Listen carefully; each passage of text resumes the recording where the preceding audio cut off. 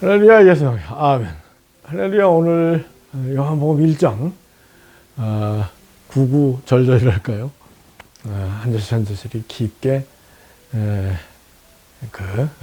주의 주경 주석을 하면서 은혜를 나누게 합니다. 요한복음 최고의 복음 할 정도로 사도 요한이 마태, 마가, 누가 복음 다 쓰여진 뒤에 완결판으로 쓴 복음이 요한복음이라고 생각합니다. 태초에 말씀이 계시니라. 이 말씀이 하나님과 함께 계셨으니 이 말씀이 곧 하나님이시니라. 이렇게 1절에 나오고 있는 태초에 말씀, 하나님 말씀, 진리의 말씀, 로고스인 말씀, 참된 말씀, 이 말씀이 있었다. 우리 동양 사람들은 도를 굉장히 좋아하잖아요. 도통한다, 득도한다, 도사.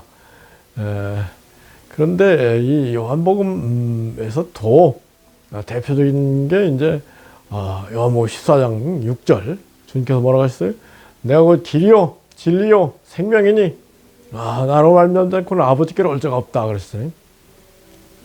그래서 이 길, 우리가 길을 가야 목적지에 도착하는 거 아니겠습니까? 길 두고 다른 데로 가면 완전히 그냥 나락에 빠질 수밖에 없는 거 아니겠습니까? 그래서 이 길이 중요한데 그 길이 바로 하나님 말씀이다.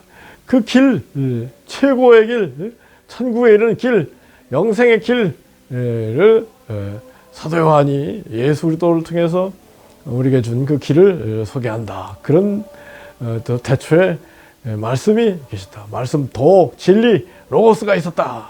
할렐루야. 그리고 이 진리가 하나님과 함께 계셨으니 이 진리가 곧 하나님이시다. 저는요 원래 불교, 유교 이런 걸 좋아했었는데 불교에서도 이제 불도, 불교적인 진리, 유교에서도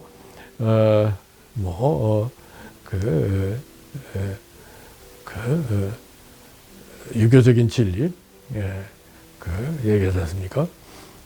그래서 사단 칠정이 유교적인 진리. 사단이라는 것은 인간의 본성으로서 측은지심, 측은히 여기는 마음, 하나님이 하늘이 준 마음이다.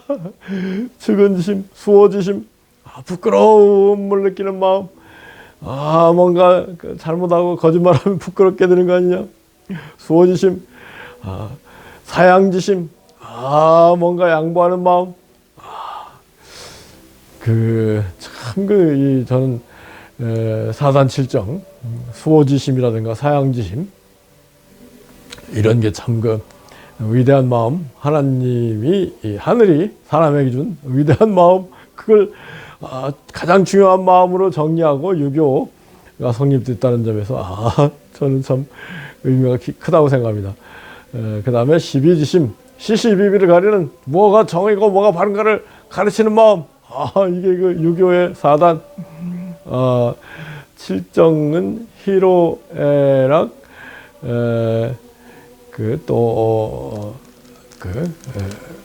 인간의 감정, 희로애락 감정, 이런 감정들을 얘기하는 건데, 여하튼 이런 여하튼 이기론, 유교의 이기론, 이는 진리, 이치를 따지는 기론 할 때 이가 사단, 뭐라고요? 측은지심, 측수사시, 수호지심, 사양지심, 시비지심, 그 다음에 칠정, 이걸 감정, 희로애락, 애오욕인가요? 희로애락이야 그 다음에 사랑하고 미워하고 욕심내는 희로애락, 애오욕, 이게 칠정인데. 그런 희로애락의 기운, 이 우주에 한기, 온기가 있고, 생기, 사기가 있고, 참된 기운이 있고, 사악한 기운이 있고, 그렇지 않습니까? 이런 기운과 이치, 조화로 천지만물 인간이 존재한다. 이게 일종의 유교의 유교의 진리를 얘기하는 거 아니겠습니까? 불교에서도 팔정도, 사성제, 팔정도 얘기하지 않습니까? 그래서 동양 사람들은 나름대로 체계적인 진리를 정리를 해놨었다고 할까요? 그런 걸 좋아해다가, 그 진리가 왜 없겠어요, 여러분? 진리가 없이 우주가 존재하겠습니까? 그래서, 진리가 분명히 있다, 이렇게 생각하고, 또 특히 이제, 지금 과학 시대를 살고 있잖아요. 과학적인 진리, 과학적인 진리가 있으니까 그걸 응용해서 자동차하고 비행기가 뜨고 로켓을 우주로 쏘아버리는 거 아니겠습니까? 이 어마어마한 과학적인 법칙, 이치, 이것들을 전제로 해서 우주가 존재하는 거 아니겠습니까? 그런데, 제가 이렇게 유물선 과학주의자 비슷하게 이렇게 살다가, 기독교는 잘 몰랐어요. 기독교는 우습게 하는 편이었는데, 요한복음 1장을 가서 공부하는데, 태초에 도 진리가 있었다. 이 진리가 하나님과 함께, 이 진리가 곧 하나님이다. 그렇게 깨우쳐 주는데,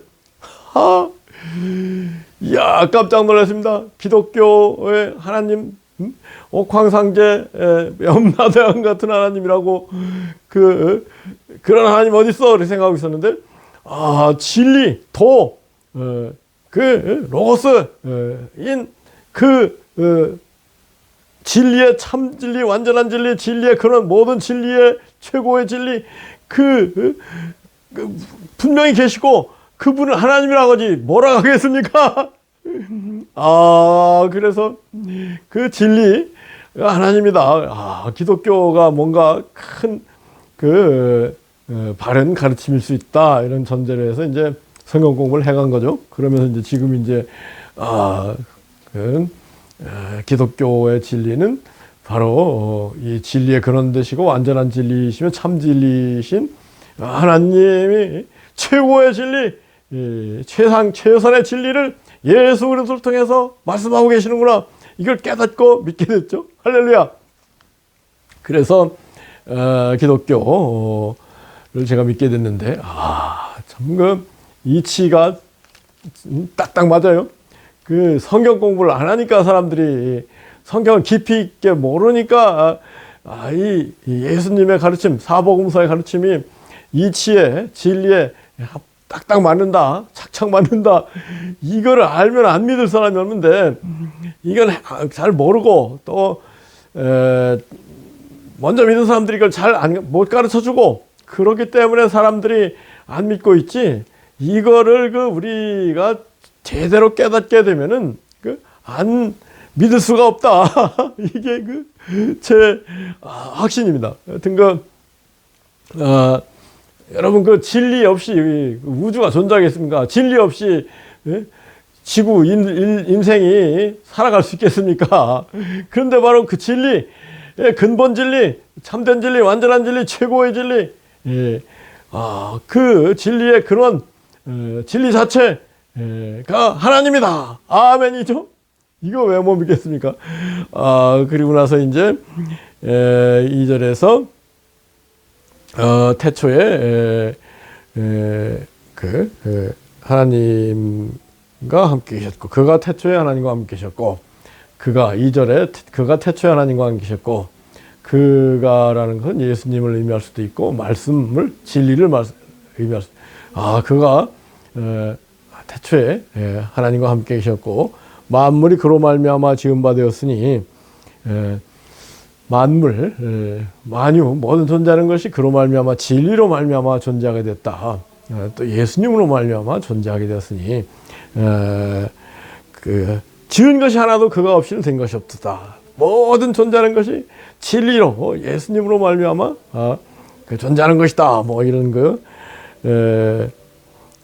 3절 선언이죠.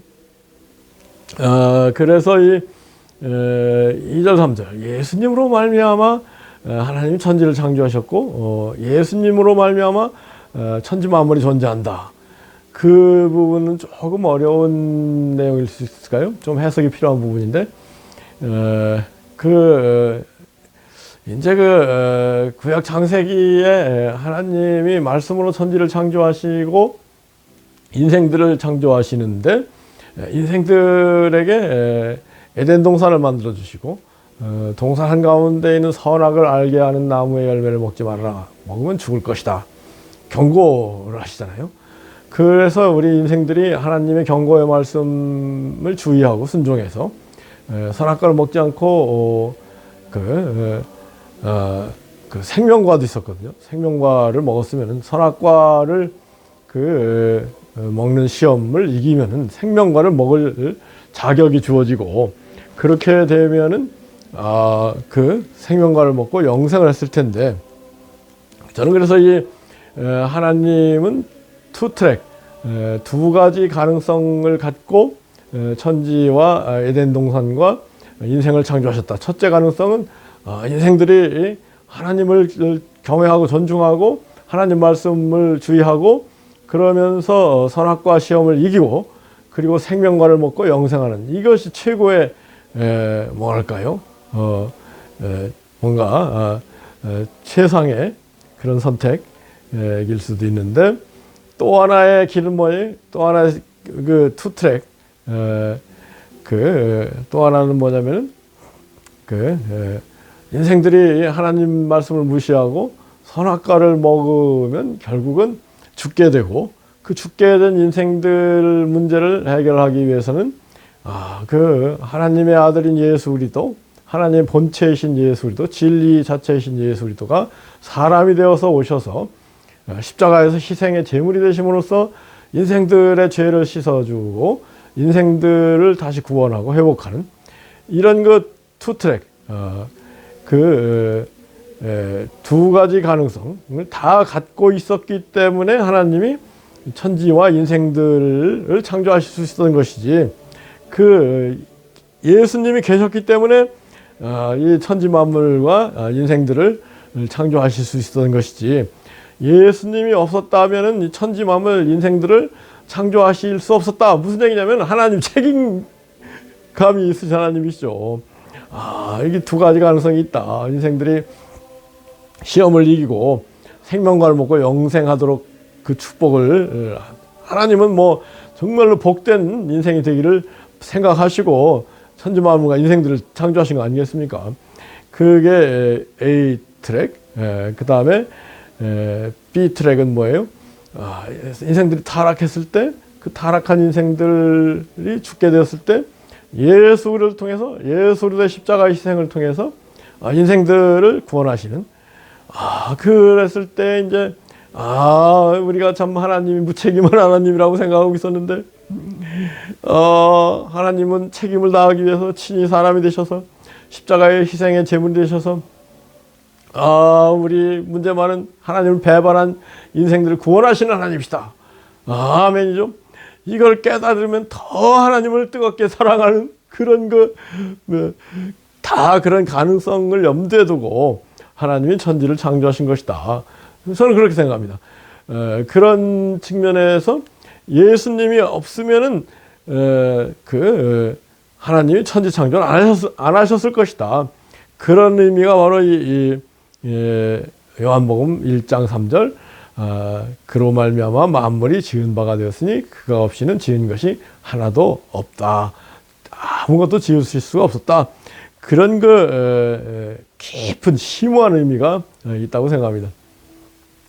불신자들한테 전달해 보면, 왜 하나님이 에덴 동산에 선악과를 만드셔가지고 타락하게 만들고 그래서 이 비참한 인생들을 살게 하셨냐, 그런 얘기들 많이 하잖아요. 그런데 에덴 동산에 선악과가 없었다고 생각해 볼까요? 그러면은 뭐 인생들이 타락할 가능성 자체가 없는 거고, 그러면 인생들은 일종의 하나님의 꼭두각시, 로봇, 하나님의 자동 인형이랄까요? 밖에 안 되는 거 아니겠습니까? 그렇게 되면 인생이 무슨 의미가 있겠습니까? 그래서 자유의지론, 이 철학, 신학, 법학에까지 자유의지론이나 결정론이냐, 프리버스 디터미니즘, 운명론, 뭐 이런 거, 프리윌, 자유의지론, 이런 거 논쟁이 아주 뭐 인류 뭐 역사와 함께 지금까지 계속된다 할까요? 그런데 자유의지가 없이 무슨 의미가 있고 무슨 책임이 있을 수 있고 무슨 뭐 교육이 필요하고 무슨 뭐 가르침이 권면이 필요하겠습니까? 모든 의미는 자유의지가 있을 때 비로소 의미가 있는 것이고, 하나님은 자유의지를 가진 인생들, 하나님의 자녀, 아들, 딸로서 인생들을 만드신 것이지, 아멘이죠? 로봇 자동인형으로 인생을 만드신 건 아니다. 그 바로 의미가 선악과가 에덴 동산에 있었다. 그것이다. 어떤 그런 의미로 선악과가 있었고, 그래서 인간이 선악과를 먹고 타락했을 때 십자가 희생을 통해서 구원하실 그런 다 계획을 가지고 있었기 때문에 하나님이 그 천지 만물을 창조하실 수 있었다. 아멘이죠. 우리 하나님은 용의주도하신 하나님, 하나님으로서 모든 그 가능성에 대비하시는 하나님, 이 하나님을 찬양합니다. 그리고 그 하나님의 뜻대로 우리 인생들을 구원하기 위하여 사람이 되시고 십자가에서 피 흘려 죽으신 예수님, 정말로 최고의 순종,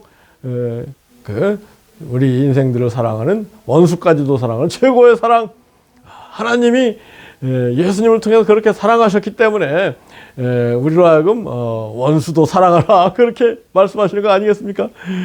그렇게 말씀하실 뭐랄까요, 하나님의 그 자격이 있고 우리는 순종할 의무가 있는 거죠. 원수도 사랑할. 정말로 이 기독교의 진리, 생각하면 생각할수록 참 진리요 참 이치다. 아멘이죠. 그리고 이제 요한복음 1장 4절에 진리 안에, 예수님 안에, 로고스 안에, 말씀 안에 생명이 있었다. 이 생명은 사람들의 빛이다. 이거 어마어마한 얘기들. 그 안에, 예수님 안에, 그 진리가 안에 생명이 있었고 이 생명은 빛이다. 생각하면 생각할수록 놀라운 이치인 말씀이죠. 뭐라고 했어요? 예수님 안에, 진리 안에 생명이 있었다. 그 영생이 있었다. 참 생명이 있었다. 기독교 신앙을 하면 할수록 이 생명의 신앙이다. 그 사람들이 인생의 생명, 육적인, 신체적인 땅의 생명을 보니까 불완전하고 약하고 결국 죽게 되는 생명, 이 생명을 초월할 수 있는 길 이렇게 뭐 찾다가 생도 사도 아무것도 아니다 이게 이제 불교거든요. 생자필멸을 전제로 하되 그러니 생도 사도 무 없다. 이게 이제 불교, 그렇게 극복을 하려고 하는 건데, 기독교는 이 인간 타락하였기 때문에 인간의 생명이 이 땅에서 비참하게, 피곤하게, 또 죽을 수밖에 없는 생명으로 존재하지만은 우리 생명을 존재하게 하신 하나님의 생명, 모든 우주 지구 가운데 있는 생명, 어마어마한 생명을 창조하신 하나님의 생명, 그 생명의 근원이신 하나님의 생명,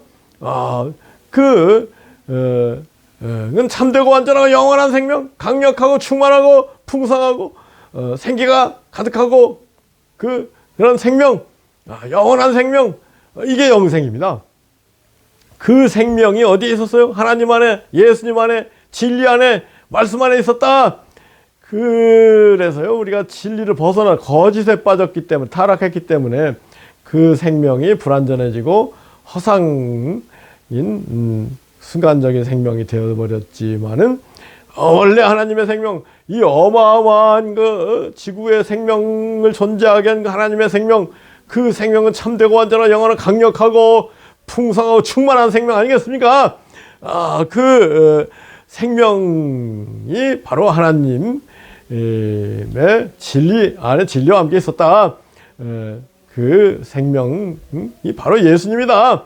그래서 예수님이 요한복음 14장 6절에서 내가 길이요 진리요 생명이다. 진리와 생명은 같은 것이다. 진리 안에 생명 안에 진리가 있다. 그런 선언을 하는 거죠. 이게 굉장히 중요한 건요. 인류가 타락해가지고 이제 뭐 구석기, 신석기, 청동기, 철기, 농업 시대, 그 다음에 산업혁명 시대, 뭐 정보 시대, 지금 완전히 AI 시대, 아티피셜 인텔리전스, 뭐 챗GPT, 뭐 이런 시대로 넘어가고 있잖아요. 그러면서 인간이 원래 얼마나 날고 싶었어요. 그런데 날려고 막 별짓들을 다 했는데 유명한 게 그리스 로마 신화 가운데 이카루스가 막 신 가운데 막 이 새의 깃털을 막 모아가지고 탈출하는 이카루스, 아들하고 같이 탈출하는데 막 아들이 신나니까 아버지가 야 절대 높이 올라가면 안 돼 그랬는데 아들이 높이 올라갔다가 아이고 비참하게 됐는데, 그런 그리스 로마 신화로부터 해가지고 레오나르도 다빈치가 막 그 비행기를 설계한 게 뭐 설계도가 있잖아요. 인간이 다 새해를 바라보면서 우리도 날아왔으면 좋겠는데 그런 꿈이 이제 자꾸 과학이 발전해가지고 미국의 라이트 형제가 처음에 이제 글라이더 한 100m만 날아도 와 놀랍다 그랬는데 지금은 뭐 어마어마하게 막 비행기 막 제주공항, 김포공항, 인천공항 이렇게 내려다보면 한 3분마다 하나씩 막 비행기가 뜨고 내리고 그러잖아요. 그 비행기뿐입니까? 드론이 막 어마어마하게 날고 있죠. 사람 대신에 공중을 날면서 지상을 촬영하잖아요. 여러 가지 일들을 하잖아요. 그 다음에 막 심지어는 지구와 38만 킬로 떠져 있는 달나라까지 막 사람을 보내고 인공위성이 막 지금 이 지구 둘레에 뭐 수만 개가 돌고 있다는 거 아니에요? 인공위성이 이제 다 사용이 끝나면 잔해가 떨어져서 근데 다 이제 대기권을 진입하면서 불타서 없어지지만은 가끔 그냥 막 지상으로 되게 이제 우리 이 지구가 육지보다 바다가 많잖아요. 그러니까 바다로 떨어져서 다행인데 하여튼 위험하다는 거죠. 수만 개의 인공위성을 막 쏘아 올려가지고 인공위성이 아티피셜 세틀라이트 AS네요, 그죠? 줄여가지고 AI는 뭐예요? 아티피셜 인텔리전스. 이 완전히 인공적으로 하고 싶은 것들을 하게 되는 그런 시대. 로봇을 통해서 지금 막 전쟁도 로봇 통해서 하는 시대. 드론 가지고 전쟁하는 시대. 앞으로는 막 로봇가 막 모든 걸 AI 사람과 비슷한 조만간 뭐 사람의 지능을 가진 로봇 AI가 만들어질 것이다. 뭐 그런 얘기를 막 하잖아요. 요컨대 이 진리가 널 자유케 하리라 그랬는데 연세대 교훈이 진리가 널 자유케 하리라 그랬는데 진리가 자유케 한다는 게 뭔지 좀 아는, 뜻이 의미가 뭔지 아는지 모르겠어요. 인류가 진리를 모르니까 막 뭐예요, 애니미즘 이런 저런 미신에 빠져가지고 무지몽매하게 살다가 진리를 알게 되면서 이제 과학에 의지해서, 과학적인 진리에 의지해서 이것저것 하고 싶은 거 하잖아요. 그게 자유지 뭐예요. 그런데 과학적인 진리, 물리적인 진리, 그 1차원적인 진리이기 때문에 뭔가 좀 할 수 있는 것 같지만은 아직도 해결 못하고 있는 게 여러 가지가 많잖아요. 그런데 최고의 진리, 하나님의 진리, 복음 진리, 예수 그리스도의 진리를 알게 되면은 능치 못하면 할 수 있거든. 무슨 말이냐? 능치 못하면 누리라. 어디까지 할 수 있어요? 영생을 누리는 거예요. 그래서 영생 천국의 길, 진리를 최고의 진리를 예수님을 통해서 하나님에게 주셨는데 이걸 무시하고 연구를 안 해도 되겠습니까? 무엇보다도 잘 연구를 해야 된다고 생각합니다. 최고의 과학, 최고의 진리가 성경 안에 있어요. 안 그렇습니까? 그 우주 만물 삼라만상 지상의 모든 생명체를 존재하게 한 진리. 그러면 모든 생명체를 존재하게 한 생명을 존재하게 한 그 진리가 또 생명이다. 완전한 진리, 완전한 생명이 바로 하나님이고 예수님이시다. 생명, 완전한 생명, 참된 생명, 강력한 생명의 근원이시며 그 자체이신 분이 하나님이고 예수님이다. 아멘이죠. 진리 자체고 완전한 진리, 모든 진리에 근원되는 진리가 그 하나님이고 예수님이고 그 안에 진리와 생명이 하나가 되어 있었다. 그래서 예수님이 요한복음 14장 6절에서 내가 곧 길이요 진리요 생명이니 나로 말미암지 않고는 아버지께로 올 자가 없다. 그렇게 얘기할 수 있는 거죠. 아멘이죠. 그래서 뭐라고 써요? 그 요한복음 1장 4절에 그 안에 생명이 있었으니 이 생명은 사람들의 빛이다. 빛이다. 빛이 어둠에 빛이 돼 어둠이 깨닫지 못하였다. 진리 안에 생명이 있어서 생명은 빛이다. 진리와 생명과 빛이 하나다. 이거를 어떻게 연결을 할까요? 빛이 있어야 사람이 자유로운 거 아닙니까? 캄캄하면은 부자유스럽죠. 그리고 빛이 있어야 마음이 행복한 거 아니겠습니까? 빛이 있어야 아름다움이 보이게 되는 거 아니겠습니까? 태초에 빛이 있으라 하나님이 창세기 1장에서 그렇게 창조를 시작하셨는데, 여하튼 이 모든 물리적인 빛의 근원은 태양빛 아닙니까? 태양빛으로 말미암아 모든 그 존재가 존재하고 에너지를 얻고 그러지 않습니까? 근데 그 태양빛도 불완전하기 때문에 태양도 언제는 소멸된다는 거 아니에요. 불완전하기 때문에 태양도 그림자가 생기고, 그림자가 밤이 지구의 그림자 속, 지구가 태양의 그림자, 지구의 그림자, 자기 그림자 속으로 들어가는 게 밤이죠, 뭐예요. 그렇기 때문에 태양빛도 불완전한 거고, 또 태양빛이 우리 마음을 환하게 만들지 못하고, 태양빛이 우리를 상처를 치료하지 못하는 거잖아요. 그런데 이제 참빛이 있는 거 아니겠습니까? 참빛이 없이 이런 물리적인 빛이 있겠습니까? 태양이 있을 수 있겠습니까? 그 모든 빛의 근원되는 완전한 빛, 참빛이 있다. 이 빛이 바로 진리요 생명이다. 그래 이 참빛을 찾아야 되고, 참 진리를 찾고 참 생명을 찾아야 된다. 만나서 우리가 완전히 빛이 되는 거예요. 그래서 이사야 20장에 주님이 오실 때 별빛은 달빛 같겠고 달빛은 햇빛이 될 것이고 태양은 7배가 되어 7날에 빛이 되리라. 7배가 되리라. 그런 말씀이 예언이 되어 있거든요. 그래서 우리가 이 완전한 빛 가운데 가면 우리 마음의 심신의 모든 상처가 치료되고 영생하는 거 아니겠습니까? 빛으로 치료하는 테라피, 치료법이 여러 가지가, 빛이 어마어마한, 그 다음에 이제 우리야 이제 가시광선만 생각하는데, 가시광선 말고도 수많은 빛, 엑스레이도 일종의 빛이죠. 어마어마한 빛이 있는 거예요. 그래서 그 빛이 우리를 기쁨을 주고 생명을 주고 에너지를 주고 그래서 생명 안에 빛이 있었다. 그래서 이 기독교는 있다. 뭔가 있다. 생명이 있고 진리가 있고 빛이 있고 사랑이 있다.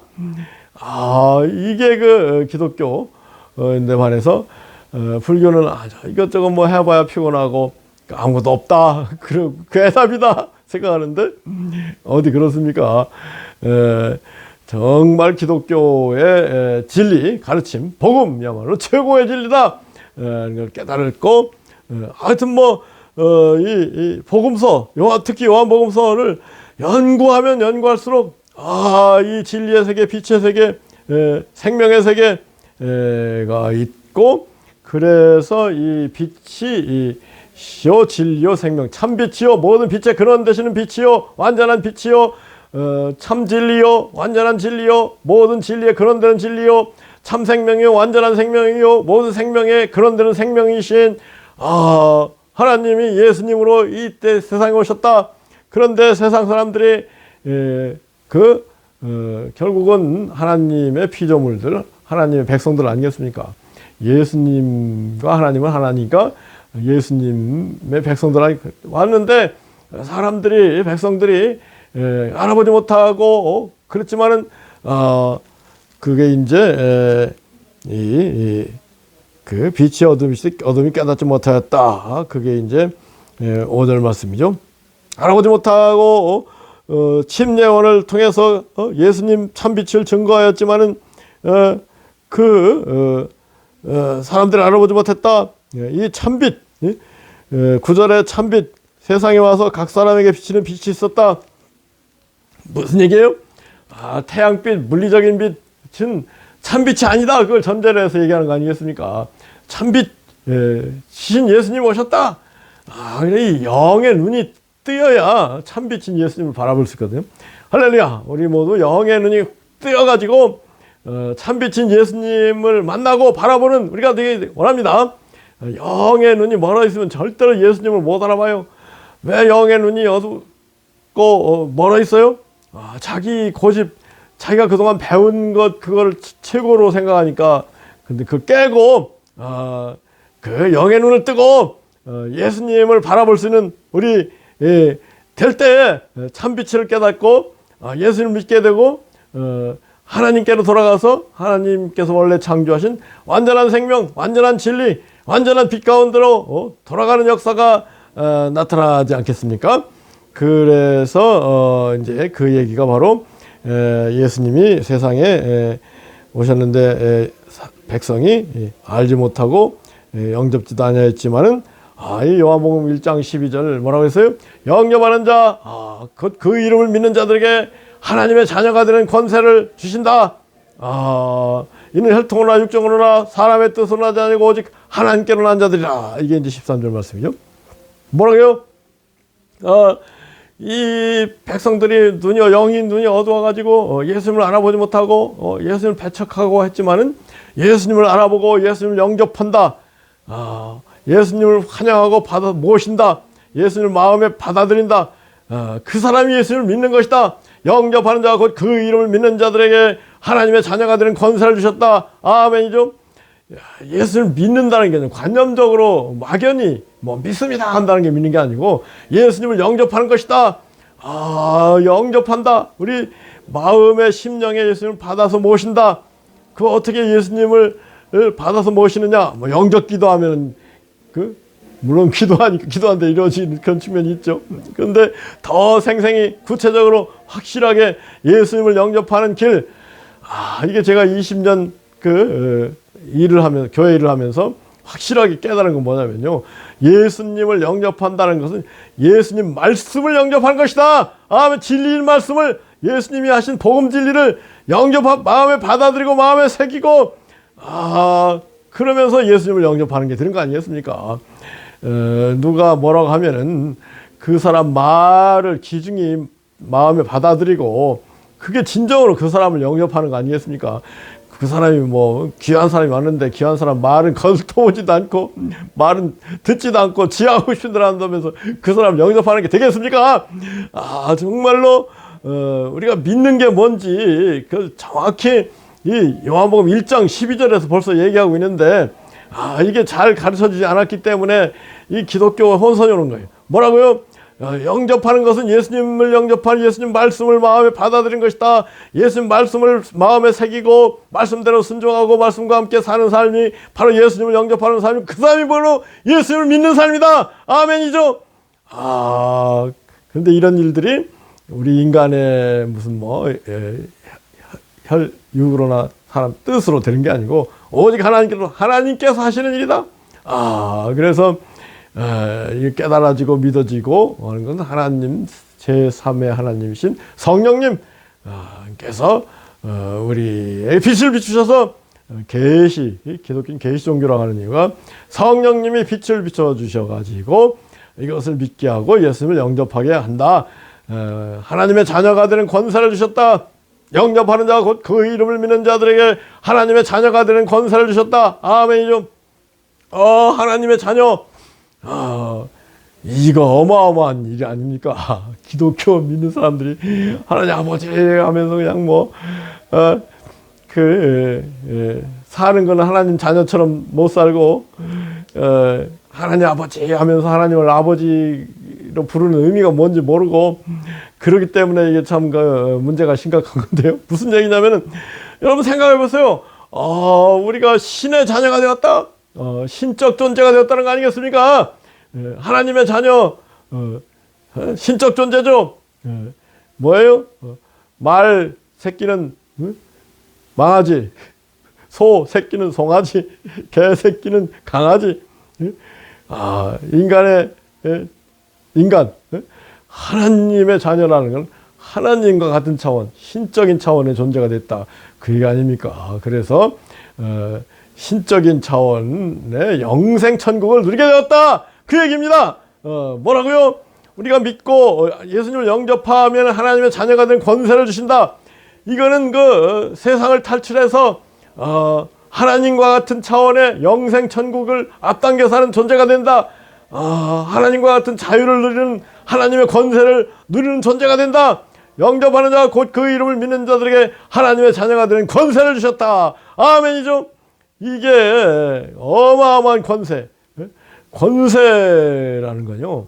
이 땅에서도 권세 있는 그 권세라는 게 뭐예요? 지시하면 다 그대로 이루어지는 그 왕이 권세가 있기 때문에 그 백성들이 다 따라하잖아요.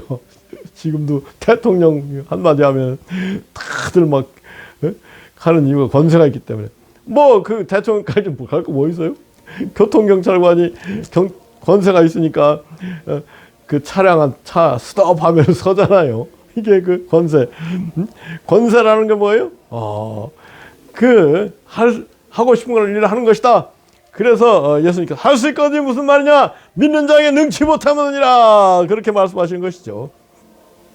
그래서 이 하나님의 자녀가 되는 권세가 이 어마어마한데 신의 자녀, 신적인 차원의 존재, 작은 신이 되는 거예요.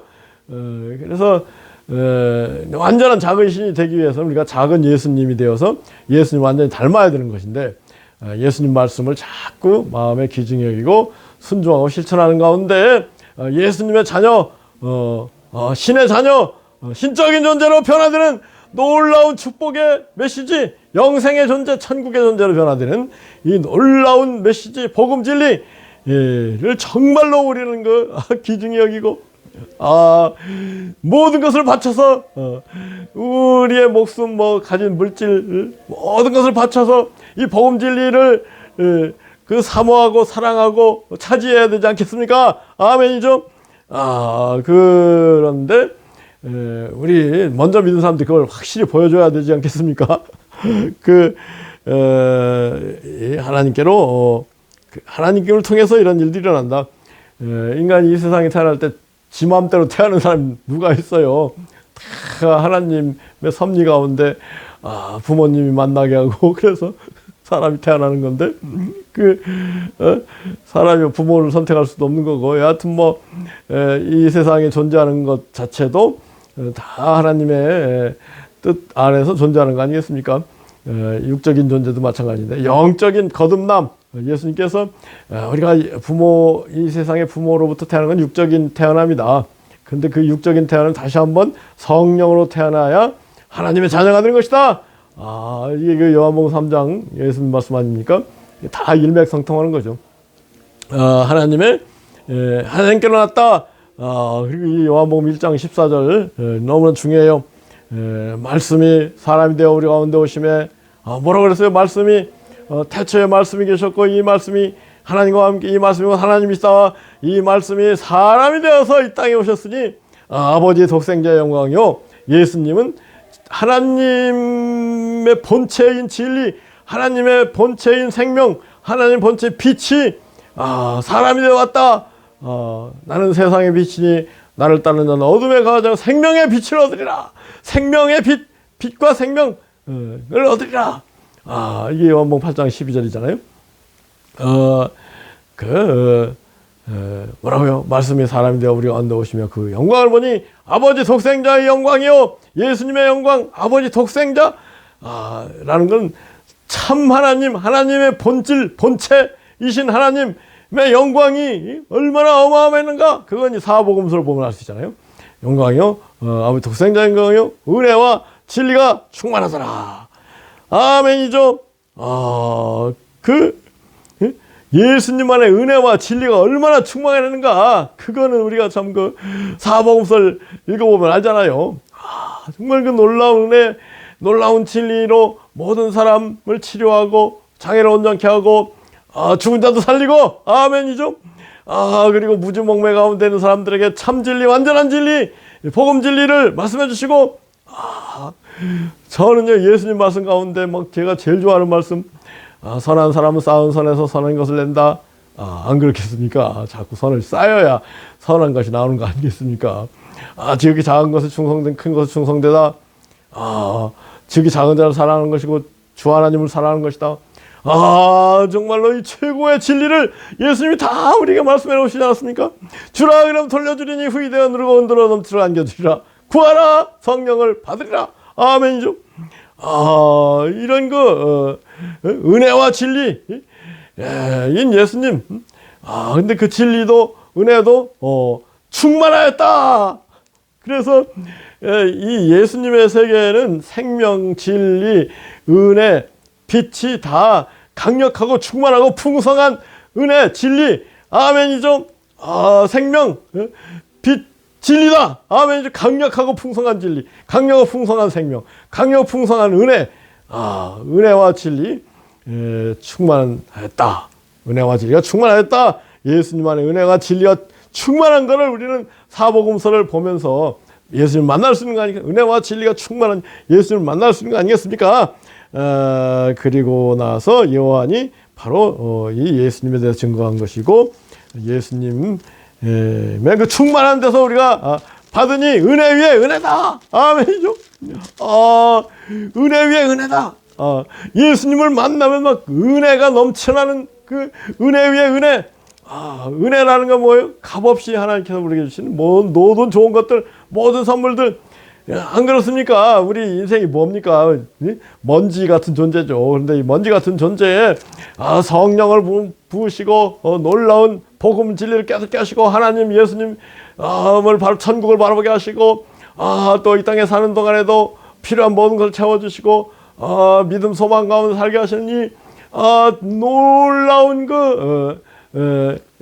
충만함이 예수님으로 있는 거, 기독교로 말미암아 이게 다 기독교를 믿을 때 모든 존재가 의미가 있게 되는 것입니다.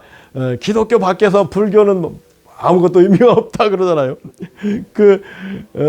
무신론자들 과학자라고 하면서 무신론 그럼 아무것도 의미가 없는 거 아니겠습니까? 빅뱅이 우연이나 모든 것이 우연히 존재한다. 그게 말이 됩니까? 그 배후에 진리이신 하나님, 사랑이신 하나님이 존재하시기 때문에 빅뱅도 일어난 거고 이 삼라만상 우주가 인간이 존재하고 이렇게 행복하게 살 수 있는 거 아니겠습니까? 그래서 이런 뭐라고요? 은혜 위에 은혜의 세계 바로 예수님의 세계다. 우리가 그 충만한 데서 받으니 은혜 위에 충만한 데서 받으니 은혜 위에 아니겠습니까? 우리 17절 말씀이 이게 너무나 중요한 말씀인데 율법은 무엇으로 말미암아 왔다. 그런데 은혜와 진리는 예수 그리스도로 말미암아 왔다. 그래서요, 이 율법, 구약, 모세로 시작되는 그 구약은 은혜와 진리의 세계가 아니라는 겁니다. 은혜와 진리의 세계가 아니면 뭐냐? 은혜와 진리의 세계의 그림자라는 겁니다. 예고편이라는 거죠. 이거를 우리가 알면서 신앙생활을 해야 되는데 신구약 성경이 똑같다고요? 모든 성경이 똑같다고요? 안 그렇습니다. 이 구약이 1500페이지, 신약 500페이지, 2000페이지. 그 가운데에는요, 이 세상 법률적으로 얘기한다면은 헌법과 같은 말씀이 있고, 법률과 같은, 규칙과 같은 명령 차원의 말씀들이 있는 것입니다. 예수님이 구약의 모든 대강령은 마음을 나고 힘을 나고 뜻을 나고 주 하나님을 사랑하라, 내 이웃을 내 몸같이 사랑하라, 대접받고 싶을 때 대접하라, 여기에 구약이 다 들어있다. 최고의 구약의 메시지를 딱 그 세 말씀을 요약해 놓지 않습니까? 구약의 헌법, 구약의 핵심은 이 세 가지다. 그러면 나머지 물론 하여튼 구약에도 복음을 예언한 그런 생생한 부분이 있습니다만, 우리 법률가들 입장에서 보면요, 구약은 거의가 시행령, 여러분 사회 시간에 다 배우지 않습니까? 법률이라는 건 최고법인 헌법이 있고, 헌법 밑에 법률이 있고, 법률 밑에 규칙이 있고, 규칙 밑에 시행령이, 영 밑에 규칙이 있고, 그러지 않습니까? 그리고 좀 더 깊이 들어가면, 그 헌법에 헌법이 또 있고, 법률에서 제일 중요한 거는 총칙이라는 부분, 이 법의 목적은 뭐다, 이런 그 부분이 더 중요해. 그래서 이 법률가들이라면은, 제일 가장 중요한 법은 헌법 중에 헌법이 있고, 그 다음에 헌법이 있고, 법률 중에 있고, 율법이 있고, 기본법이 있고, 그 다음에 이제 여러 가지 특별법이 있고, 그리고 그 아래 이제 또 대통령령, 시행령이 있고, 시행령 밑에 이제 각 부령이 있고, 그것을 또 규칙이 있고, 조례가 있고, 이렇게 딱 체계가 있는 거 아니겠습니까? 마찬가지로 이 신구약 성경도 그런 상하, 선후, 일반, 특별 이런 체계가 있는 것입니다. 그러니까 이제 신법 우선의 법칙이라는 게 있잖아요. 구법 대신에 신법이 오면은 신법이 우선해서 적용되는 것듯이 구약 시대에 구는 구법이고 신약이 신법 아니겠습니까? 하여튼 뭐라고요? 율법은 무엇으로 말미암아 왔지만 은혜와 진리는 예수 그리스도로 말미암아 왔다. 근데 지금은 은혜와 진리의 세계 아니겠습니까? 은혜와 진리 세계에 거하기 위해서 예수 그리스도를 가까이 하고, 예수 그리스도 중심으로, 예수님 말씀 중심으로, 복음 중심으로 신앙생활을 해야 된다. 이게 너무나 당연한 얘기 아닙니까? 이거를 자꾸 얘기해도 그냥 천편일률적으로 타성에 젖어서 신구약 다 똑같이 중요한 거죠. 이렇게 생각하고, 이를테면 이 성경을 읽어도 신구약 다 똑같이 읽는다. 큐티를 해도 신구약 다 똑같이 큐티한다. 그게 참 너무나도 안타까워요. 이걸 정말 바로잡아서, 신약, 복음은, 1년에, 100번을 읽는다. 100번을 읽어요. 100번, 30번 읽는다. 나머지 신약은 한 10번 읽는다. 구약은 1년에 한 번 읽으면 되는 거예요. 이런 은혜의 차원, 은혜의 충만, 은혜의 가장 최고의 은혜의 세계, 인 예수 그리스도의 말씀, 복음 진리 중심으로 신앙생활을 하는 사람이 은혜와 진리 충만함을 누리는 거 아니겠습니까? 이 요한복음 1장에서 벌써 이 17절에 율법은 무엇으로 말미암아 왔지만 은혜와 진리는 예수 그리스도로 말미암아 왔다. 그리고 나서 이제 18절에 본래 하나님을 본 사람이 없다. 하나님 볼 수도 없고 보이지 않는 분이다. 진리 자체, 생명 자체, 하나님의 에베소서 4장에서 사도 바울이 하나님은 볼 수도 없는 분이고 보이지 않는 분이다. 그렇지만은 그분이 우리 눈에 보이도록 나타나신 분이 예수님이다. 아버지 품속에 있는 독생하신 하나님이 나타나셨느니라. 아멘이죠. 아버지 품속에 있는 하나님의 본체, 하나님의 심장인 독생하신 하나님, 완전한 최고의 하나님 본체, 독생하신 하나님. 예수님은 독생하신 하나님이다. 하나님의 성부, 성자, 성령, 성자 하나님, 독생하신 예수님. 우리에게 오셨으니 이분은 독생하신 하나님이니 우리가 이제는 독생하신 하나님을 바라보고 집중하고 연구하고 그분의 가르침을 마음에 새기고 순종하는 그런 삶을 살아야 되지 않겠느냐, 그런 얘기 아닙니까? 왜 여전히 막 구약 속에 모세 얘기 다윗 얘기 가지고 살려고 하느냐. 물론 그것도 참고가 되고 은혜가 되는 좋은 말씀드리지만은, 이 신약 시대를 살아가는 우리는 최고의 진리, 최고의 은혜, 예수 그리스도 중심으로 복음 중심으로 신앙생활할 때 정말로 하나님께서 예수를 통해서 우리에게 주기를 원하시는 최고의 생명, 최고의 은혜, 최고의 사랑, 최고의 빛, 최고의 진리를 누리게 된 것을 깨닫고 누리는 우리 모두에게를 예수 그리스도로 축복하고 기도합니다. 아멘. 아멘. 아멘.